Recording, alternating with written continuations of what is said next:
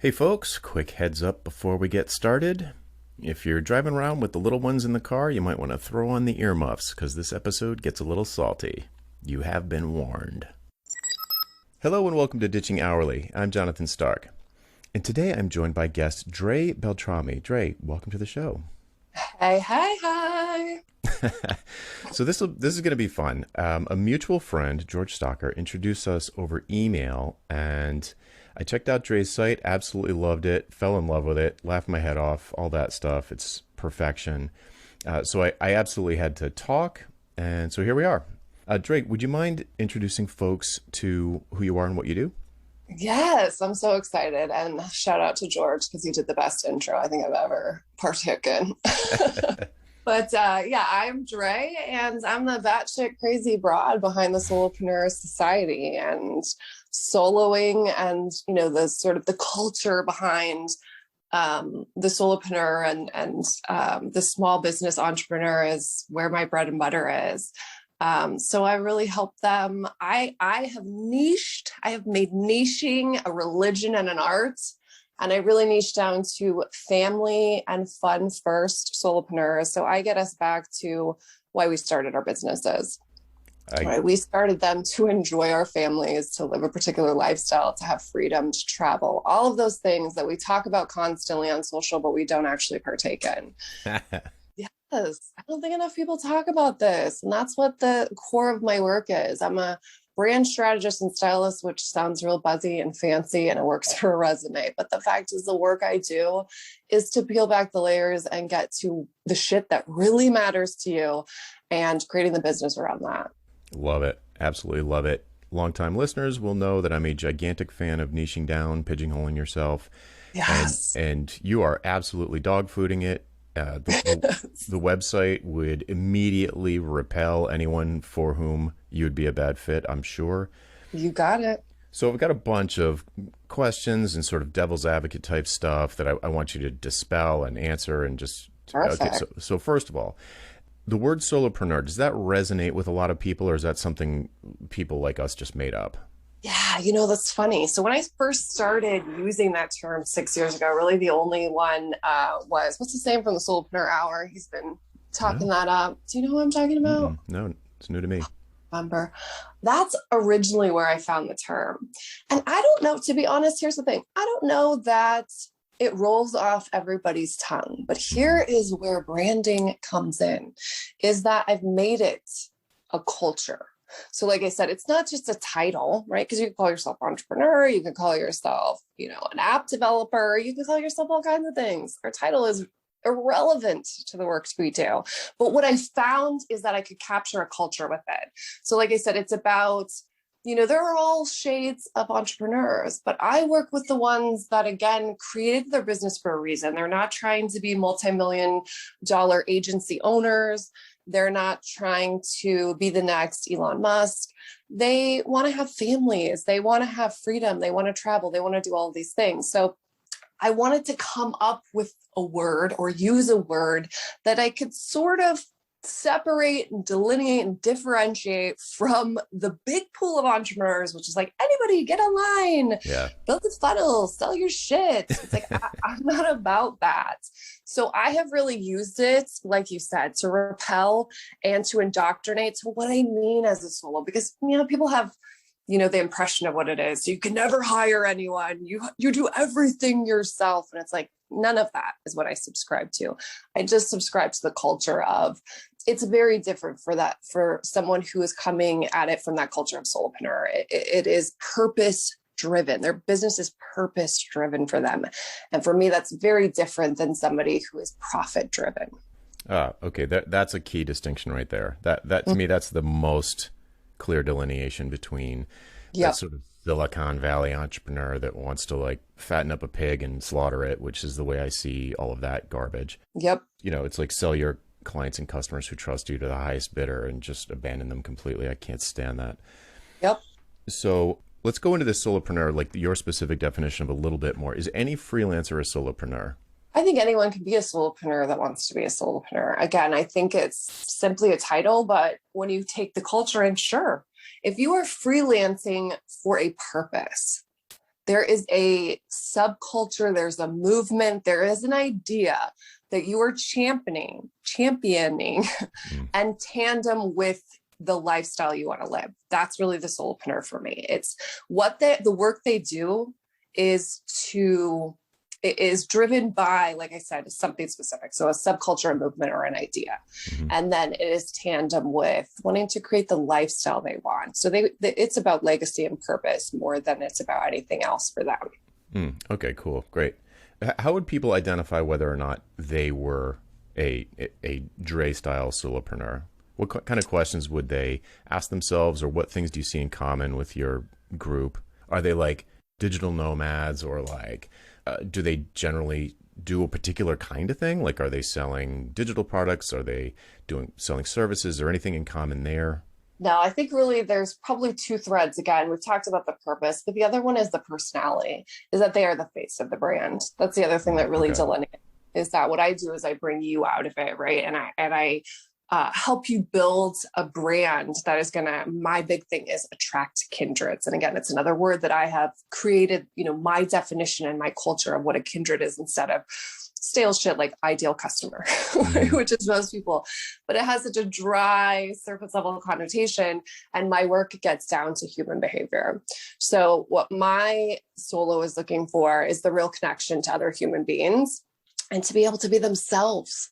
They are craving the permission to be themselves, no matter what that shade is, and to attract people that get them.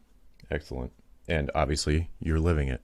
Yeah, that's why I'm like, that was me before. This is where my brand came together, is that's already me. I am always fighting for the right to just be me. And I'm a lot. You don't have to be a lot to do that, but it works for me because I can be the polarizing, go, look, it's you. It's people are buying into you.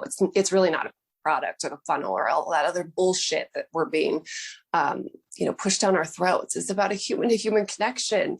And if you come across relatable and aspiring and you work on understanding your kindred, shit moves, mountains move. Okay. It's not about marketing and all this hustle bullshit.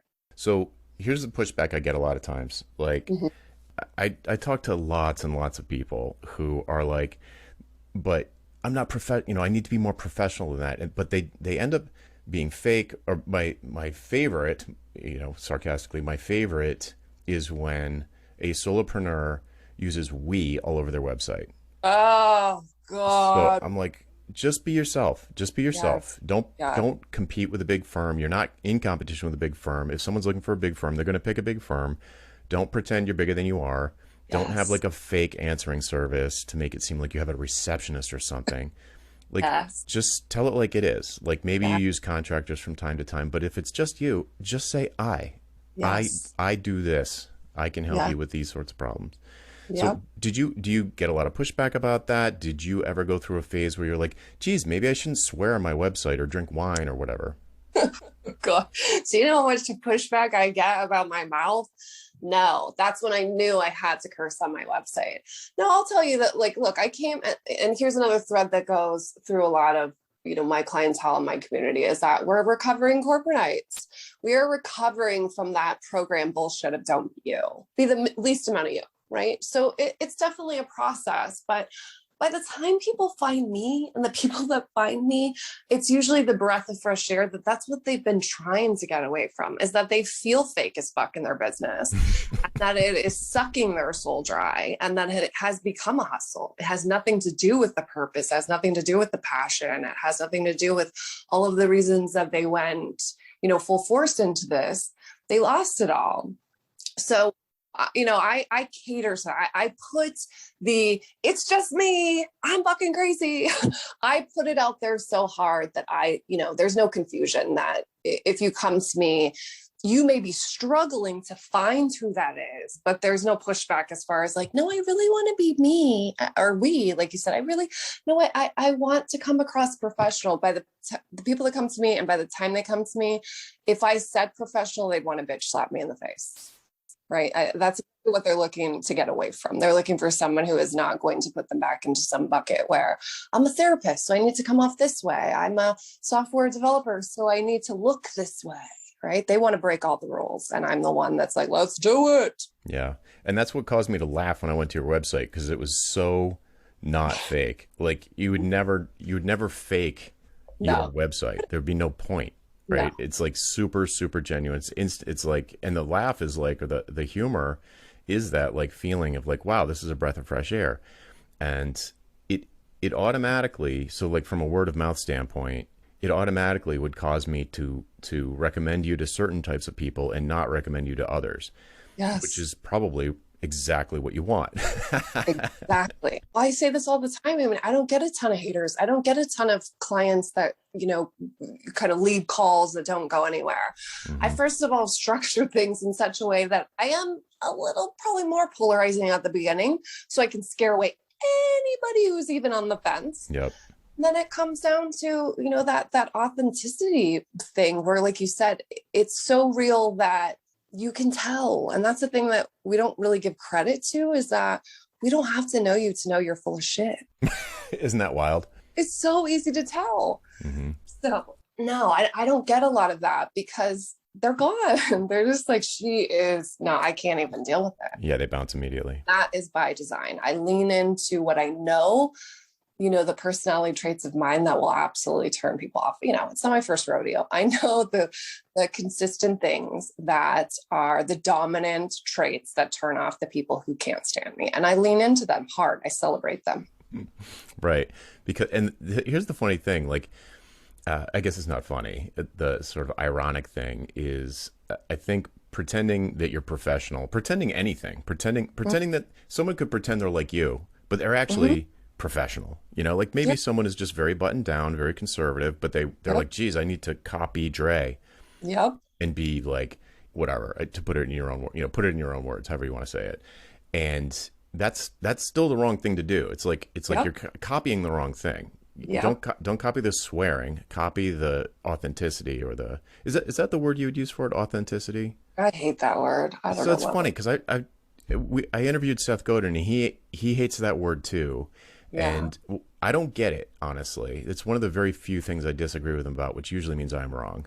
So so what do you think the word authenticity means, and why do you Original, not? genuine.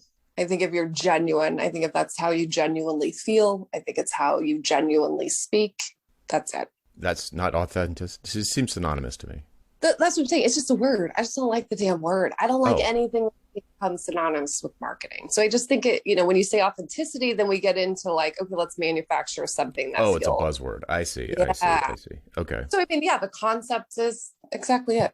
You have to have authenticity. I just think it's another one of those words that we have just bastardized so much. It's really lost the impact of what it really means. Oh, okay. That's fair. So, and I do use the word genuine quite a bit. Yeah. So, I do like that better because it's not polluted. Yeah, As exactly. polluted. Exactly. Cool. Okay. So let's pivot a little bit into your backstory. How did you get into, you said I think you said a recovering corporate-ite. Hmm. What's that backstory? What led you to the place that you are now? Yeah. So I was one of those that, went to college for 5 different things, was really trying to find myself. And the whole time working in corporate, I felt like it was a different life. So I used to work in the biotech industry with engineers and chemists and in biotech equipment. And, it's just so dry, could not even stand it. And I ended up in one of my forays into college finding interior design. And I absolutely loved design. So in my corporate time, I was side jobbing, and long story, but sexual harassment happened. After 10 years of being at the company, they hired a new executive, and a pretty awful situation happened with me, and the company handled it incredibly poor.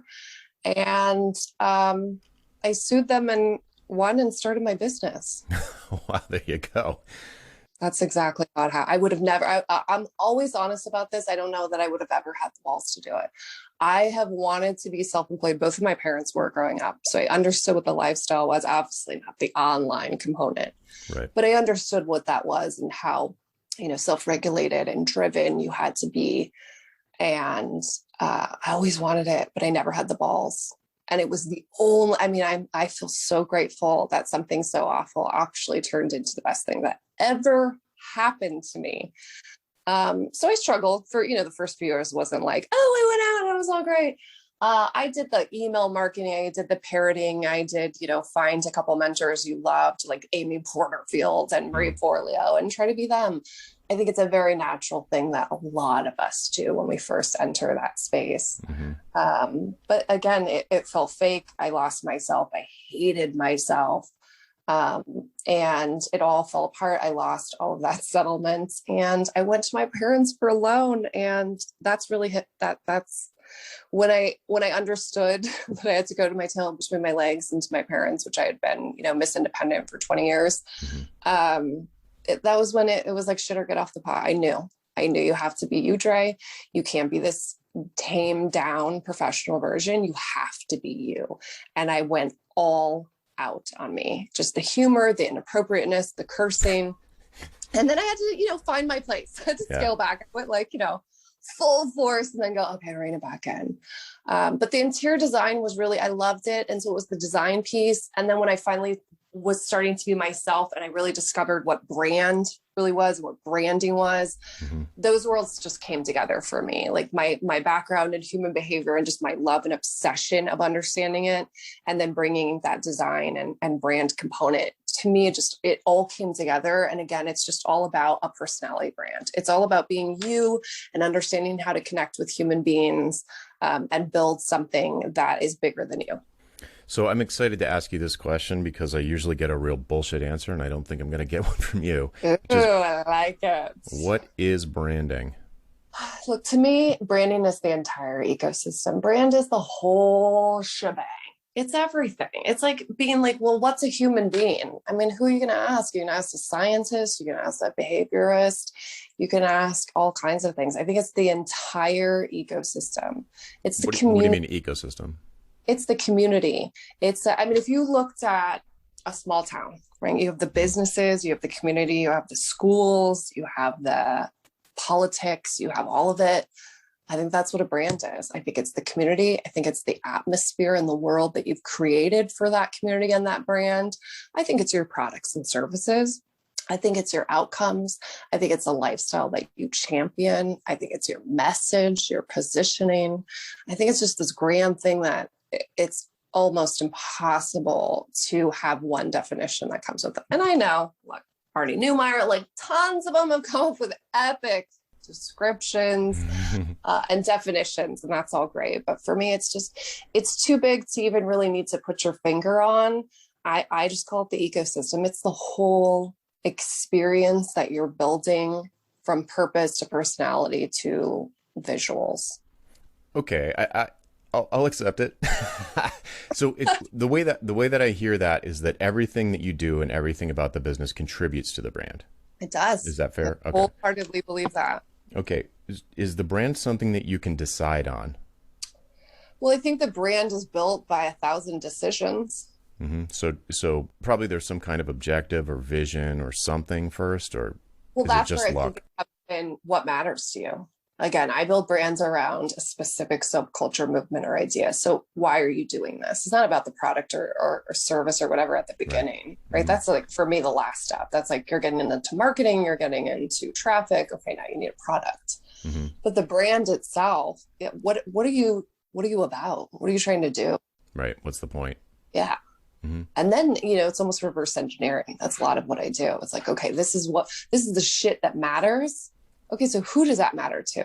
Okay, let's talk about the who, right? And then we get into who. Okay, well, what the fuck do they need, right, to get to this? Like, what matters in that bucket for them? Where are they coming? Like, where's the context of where this comes in for them? Yep. Yeah. Okay. I mean, it's very similar to like, how much does this relate to like Simon Sinek Start With Why? How much do you agree or disagree with that? I would say I agree for the most part. But I also think there is some level of that just being formulaic marketing as well. But I think his ultimate point is pretty dead on. I mean, it is about that why. I just think that it's been centered, it's just been so bastardized as far as, even the why is manufactured, in other words, at this point. And I'm so sick of the why being like this piece that needs to be manufactured and frameworked. I believe that's actually the most. Let's have a focus group to figure out what our why is. Yeah, that's what I mean. It's like that's the most like you thing there is. That's like the least thing that needs to be manufactured or, frameworked or formalized. Mm-hmm. It's that's where when we started talking about the why stuff, I just my eyes roll far back into that. Right. Yeah. So it's like people say, oh, here's this TED Talk. Start with why. Apple started with why. I'm going to do that too. Now, what why should I start with? What's the best opportunity? And it's like you're just totally missing the point. Exactly. And that's what I mean is that's the work that I do. What actually do you give a shit about? Now, what's on your resume that you're qualified to do? What are you passionate about? Like, what do you literally give a shit about? Like, let's start there because it is so personal. And, especially if you come from a corporate background, you're not programmed, you're not wired to search for those things, to identify with those things, to even be able to find them sometimes. It is a search, but not the framework kind of search. There's so much more, my work is so much more based on, soul searching and that sort of stuff. And I'm not into the woo-woo. It's not about woo-woo. I get so ranty about that. I'm very clear that this isn't woo-woo. This is about you being a human being and you having to be able to soul search and answer some of these personal questions because you are the only one that can authoritatively answer them with the utmost confidence. No one can sway you into one way. No one can manufacture this for you. You're going to have to do a certain amount of work to figure out what you give a shit about. Isn't that funny? Like you'd think it would be top of mind at all times, but it's really not. I have lots of people where I try to start there or, I'll have an email exchange with someone on my list and they'll just say like, yeah, that sounds great. I'd be like, well, what do you really care about? Or what, what are your passions? And they'll just be like coding. Like, I don't know coding. I can just code for anyone. No. And I'm like, it's like you just told me whittling, whittling is your big life passion. Like, I guess maybe, but like, if you can find something, I know when I've hit on it, I'm not good at helping somebody uncover it. But when someone accidentally says it, I'll be like, there it is. Yep. That's exactly what it is. It's so flippant sometimes. I can't even tell you the number of clients I have. It's probably around, and I'm pulling this number out of my ass, but it's probably around about 75% that come to me going, I want to do this business, right? I want to do A, B, C. This is what I want to do.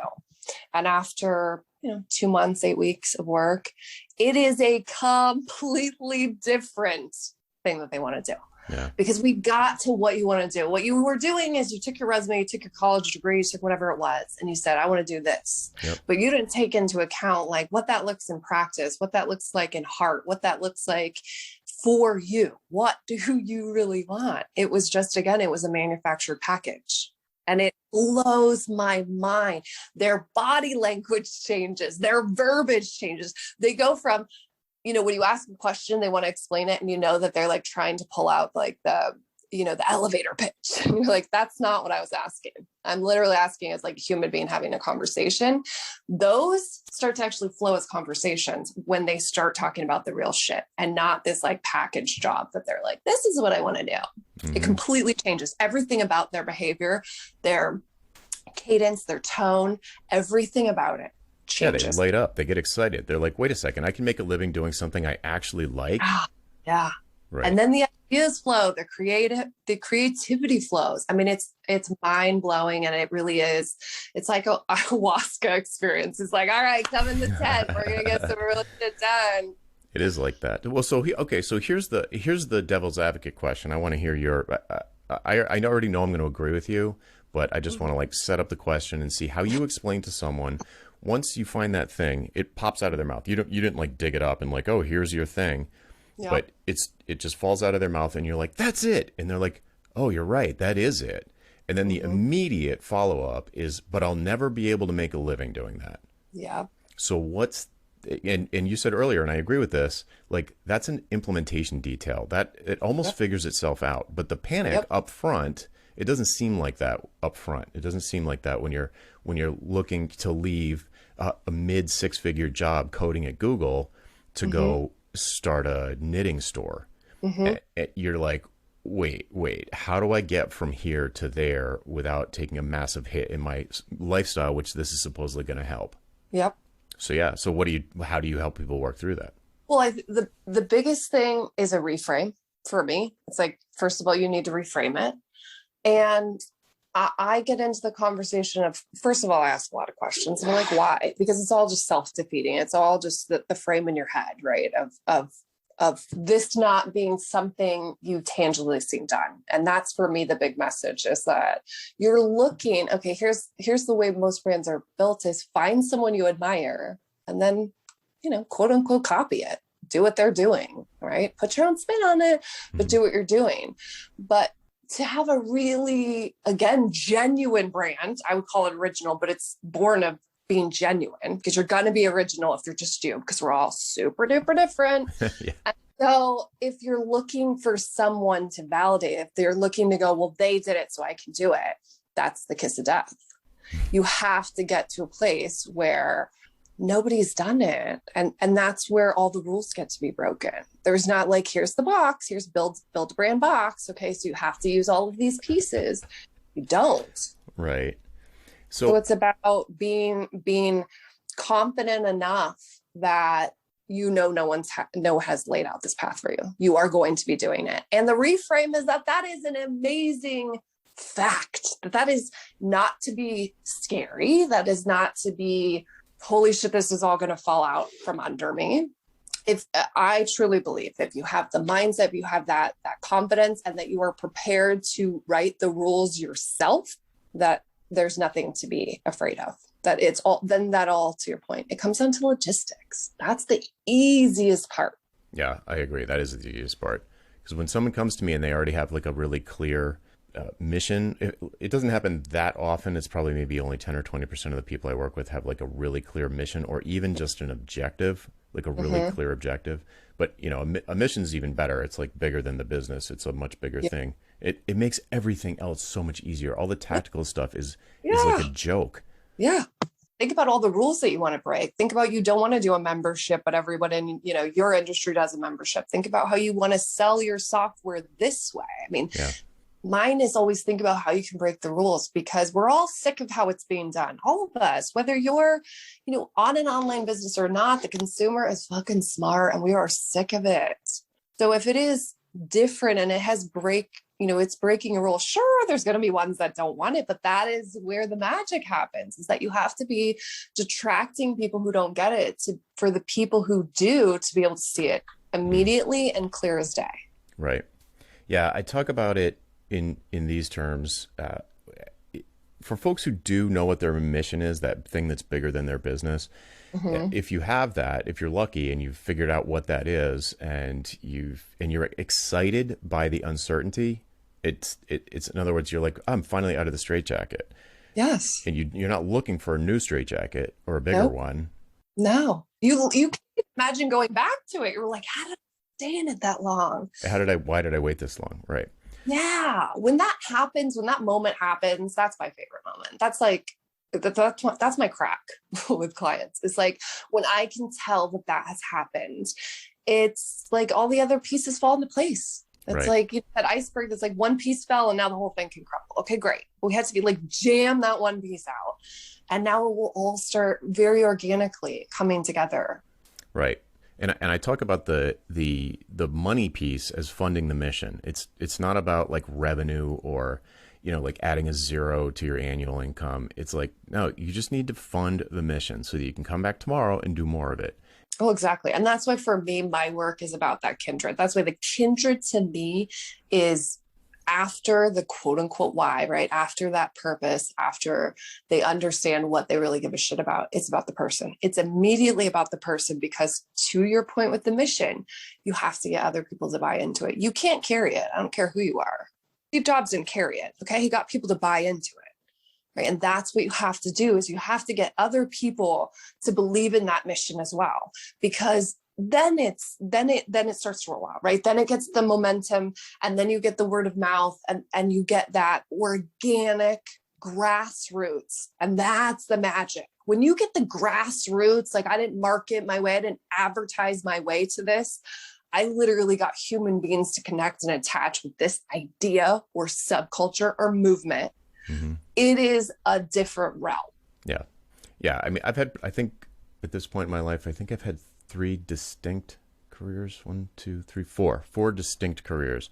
And but only one of them was grassroots.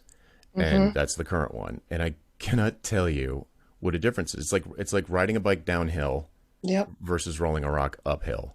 Yeah. And the difference was that this 4th chapter was like predicated with a mission. The other 3 were totally self-centered. The previous 3 were totally self-centered. Yeah. The 3rd one was a little bit more service oriented, but it was still about money. It was more about money. It was kind of a bridging. It was kind of halfway in between, but there was definitely no mission, but there was passion, but no mission. And when I wrote Hourly Billing is Nuts, I said, look, this will never work. Probably never work, or I won't live to see this mission come to fruition, but I want to rid the world of hourly billing, full stop. Yeah. And that's way bigger than me. It won't happen in my lifetime, almost certainly. Right. But it makes it so much easier to do make all the other million other decisions that you have to make as a solopreneur on a daily basis. It's like, will this further the mission? Yes or no? Yes. It's totally your North Star. It makes everything so much easier. And back to the people, it makes it, right? It's like a first date. It's like, what information do they need to know to just like get it, right? And if it's like a deal breaker or like, okay, maybe we'll have a second or third. Yeah. That's the mission. It's the same thing. Maybe you just still, again, it's not the right personality type, right? Maybe people like for me, maybe you're a totally family and fun first kind of entrepreneur, but my mouth is not going to work for you. So there's still other factors, but that mission and back to the cursing, I meant to tell you this, is I get so much, or I don't get so much pushback, but what I hear so much is that I would never curse. I don't curse. I'm kind of put off by it, but I feel your heart and you're so real that it strangely doesn't bother me when you curse. Mm-hmm. I get that all the time. Yep. Most of my community is not as much as me. They're like, I would never, ever describe something the way that you did. But again, it just goes back to that mission and that being genuine. That helps people attach. That helps people. It cuts the bullshit. What does this person matter? What are they really about? I don't want to read your about page. I instantly want to know what everything is tied around for you. That's a great, your website is 100% that. It's screaming like, the listener, if the whatever vibe you're getting from this interview is the exact same vibe you'll get if you go to Dre's website. Mm-hmm. It's everywhere. It's not like you don't talk about yourself at all, as I recall, on like the homepage or something. It's not like you're talking about yourself constantly. It's all about the reader. But it is infused with the genuine you. You know what I mean? Mm-hmm. So it's not like explicit so much as that it's like the wallpaper almost. Yeah. The voice, I guess you would call it. Yep. That's exactly what I go for and that's what I teach my clients is that it's not about, everyone, this is my other thing is the story component, right? We all need to know our story. Okay, sure. At some point, yes, you need to be able to tell a story, but it's like, how many times does someone go like, tell me your story? And they want to sit here and actually hear it. They don't. They really don't. They don't give a shit. But if you told a story that was kind of about them, right? Like if you told a general story that was, again, for me, usually it's like some kind of humor component, some kind of like inappropriateness, or I'm very self-deprecating. So it's like something I fucked up and I kind of tie it back to some level of humor. Right. But it's not about me. It's about the personality, right? Again, like if I write a self-deprecating story, that's going to be different than, right, this other kind of story. So it's about still leaning into who you are, but always talking about them, always like tying that story back to them. So you get my personality. There's no way to miss it. This is why George introduced us. It was he said exactly what you did. He said, I read your website. I was on it for so long and we're on this phone call and there's like, no jarringness. There's no like, wow, that did not translate over. It was like exactly what he pictured. And to me, that's the art of that whole kindred and you. Like, where is it? Where is, like, how does that attach? Where's the intersection between you guys? Because if you get that, even if it's a little bit off, like my cursing or my inappropriateness, not all of them would ever, if you told an about page that said like, I like to, like, I'm a dirty old young woman spot. Like if I said the thing that, again, I would say to a bestie, right? It wouldn't translate. It would be like so manufactured to be polarizing.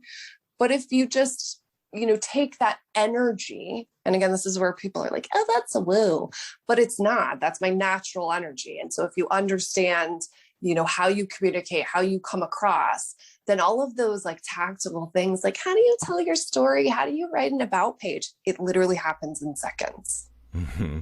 Yeah. It really does.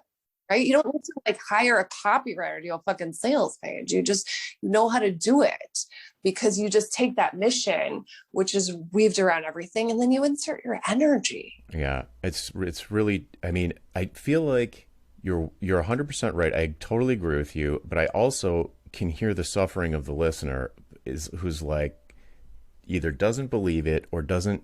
It's like we're actually being kind of tactical here. It seems like we're not. It seems like we're talking about really high level stuff and it's like, oh, everything just figures it out. Write your own sales page. But it's predicated on spending the time to figure out what your mission is, or at least a purpose or big idea or something that's unique or different or is especially you. If you do that piece, like anyone listening that's like, they're not telling me what to do, they're not explaining how to do this, it's because you're not respecting that piece. That piece makes all that other stuff comically easy. Exactly. That's the whole thing, is that if you're overwhelmed with tools and tactics and you like don't have something that you can just roll out and get done every week or month, right? Like batch your content. Like, if you're at that place staring down going, fuck, I don't know. Should I have a deadline timer? Or should I have a tripwire? Should I have this? Should I have that? Yeah.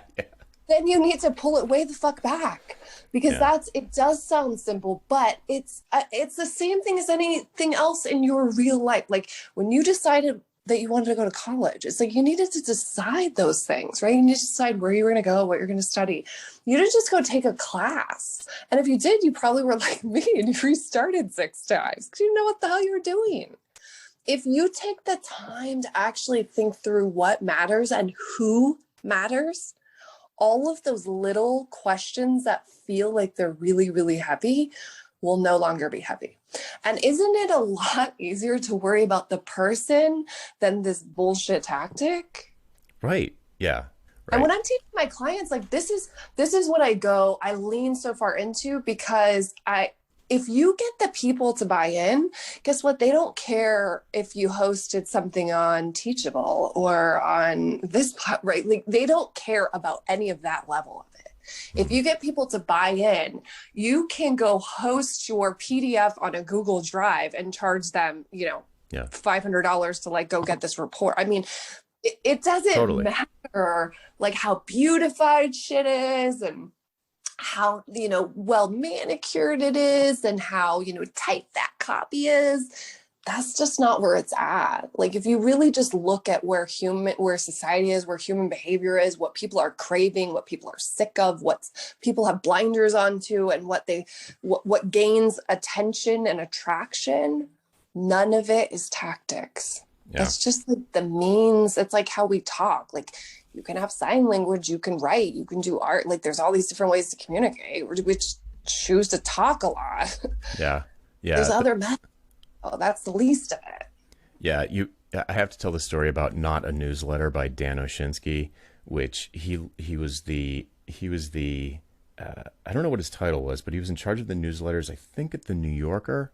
So he handled the email newsletters for the New Yorker, and there's a bunch of different subscriptions I guess you could buy from them.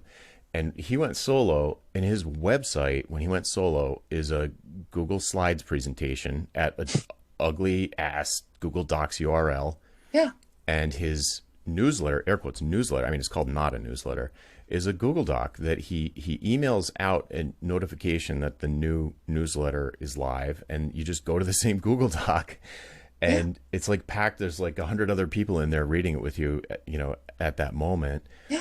And it's like completely it was one of those things where I just laughed out loud when I saw it. I was like, this is genius. I was going to say genius, right? It's easy for him. It's probably super easy to produce.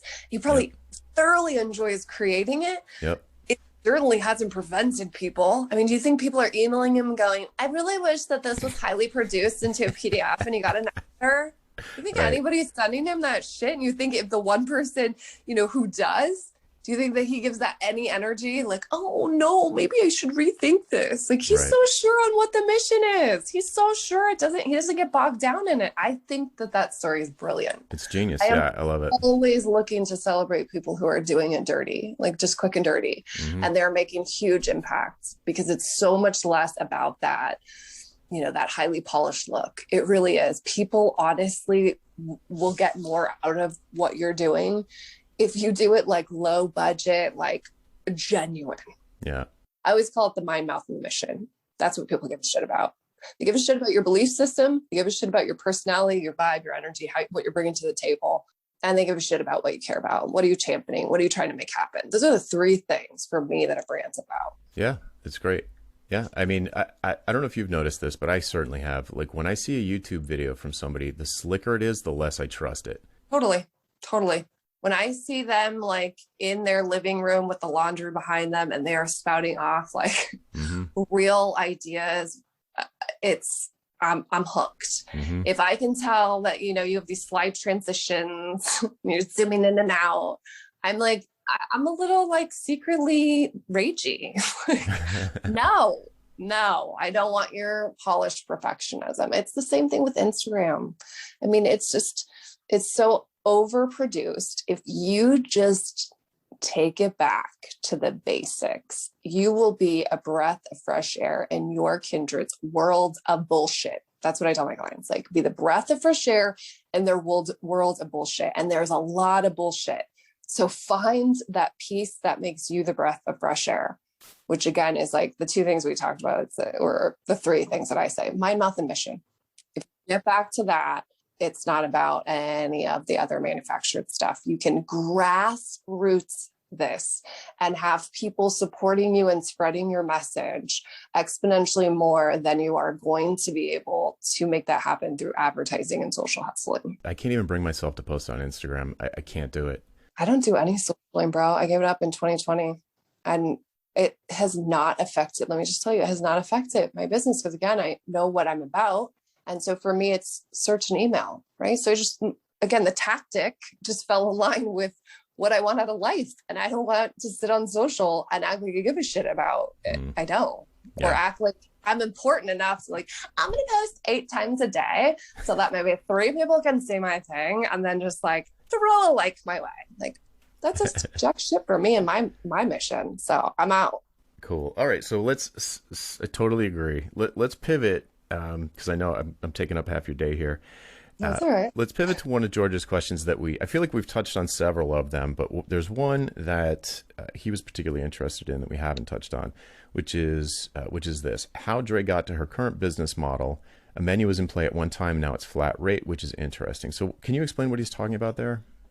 So I used to just do, what the typical, freelancer designer does, which is packages, right? Or a la carte services. I did that for years. And again, in 2020, I think a lot of us rethought things. I definitely went back to the soul searching drawing board, and, realigned with what I wanted, like what the schedule I wanted. I have a child. I'm throwing around the idea of having another child, and what was that really going to look like in practice? And I also, this is the woo part. I had to work on my money issues, right? I think so much of us freelancers and designers are just like so in the garbage with our rates. And yes. Oh my God, it hurts. Good way to put it. And I was totally part of it. And I don't know, 2020 was just like, fuck this. For me, I just realigned to what mattered. So I went over to a day rate model, and my personal, and I sort of talked to you a little about this of like, I got the brand down. That is like not where my issues are, but I still work with the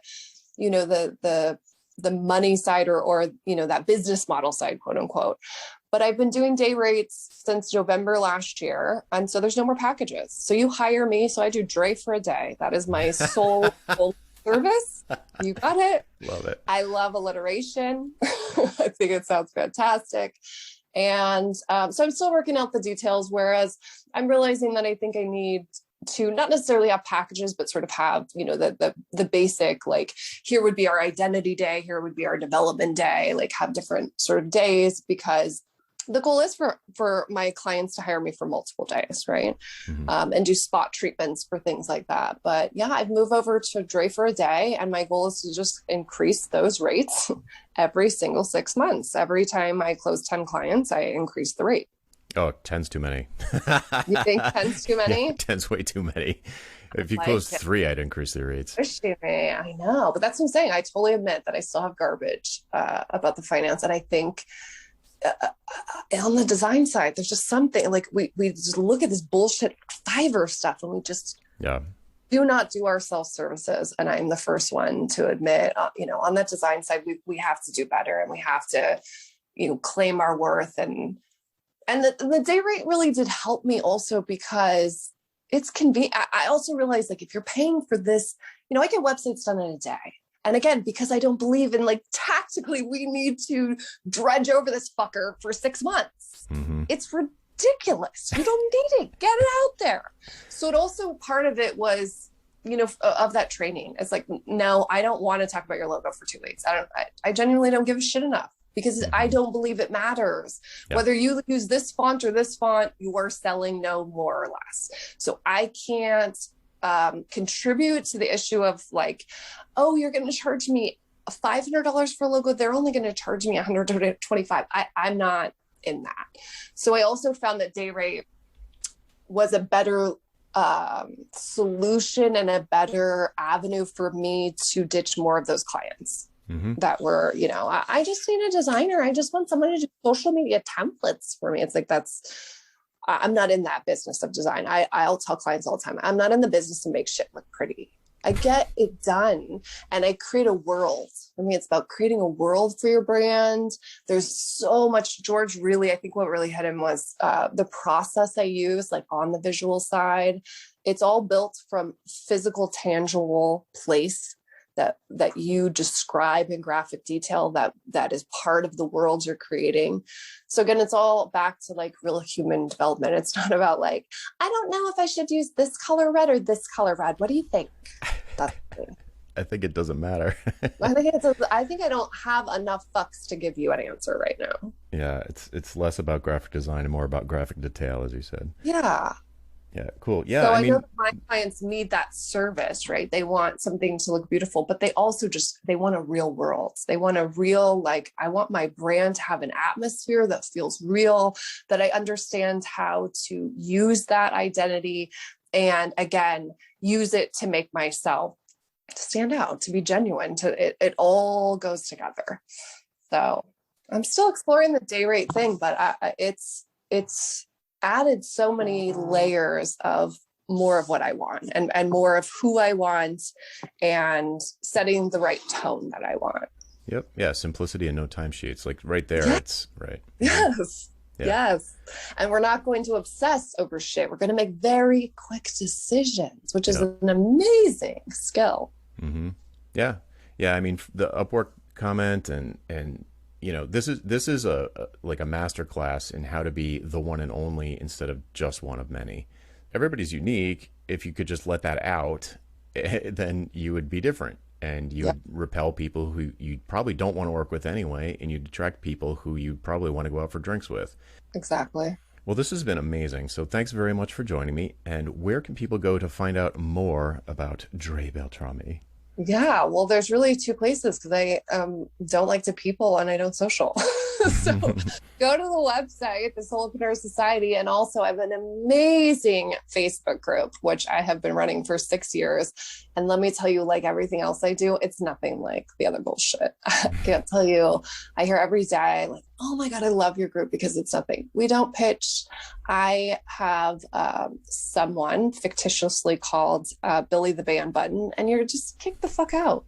If you ruin the vibe, if you act like an ass, if there's any kind of hate, it's just very well managed, completely like support driven, real people. So pop in there. It's honestly, we're kind of just a nutty bunch that like to have fun and genuinely connect. But otherwise, go to my website and email me, because that's where it all happens. I don't social surface level empty bullshit. I don't do that. So, but I'm so hooked and addicted to connecting with awesome people. So I don't make myself, hard to find, but you're not going to find me on social. So go to the website. Got it. Great. Well, thanks so much for joining me. It's been great to get to know you. Yes. Thank you for having me. That's it for this week, folks. I'm Jonathan Stark, and I hope you join me again next time on Ditching Hourly. Bye.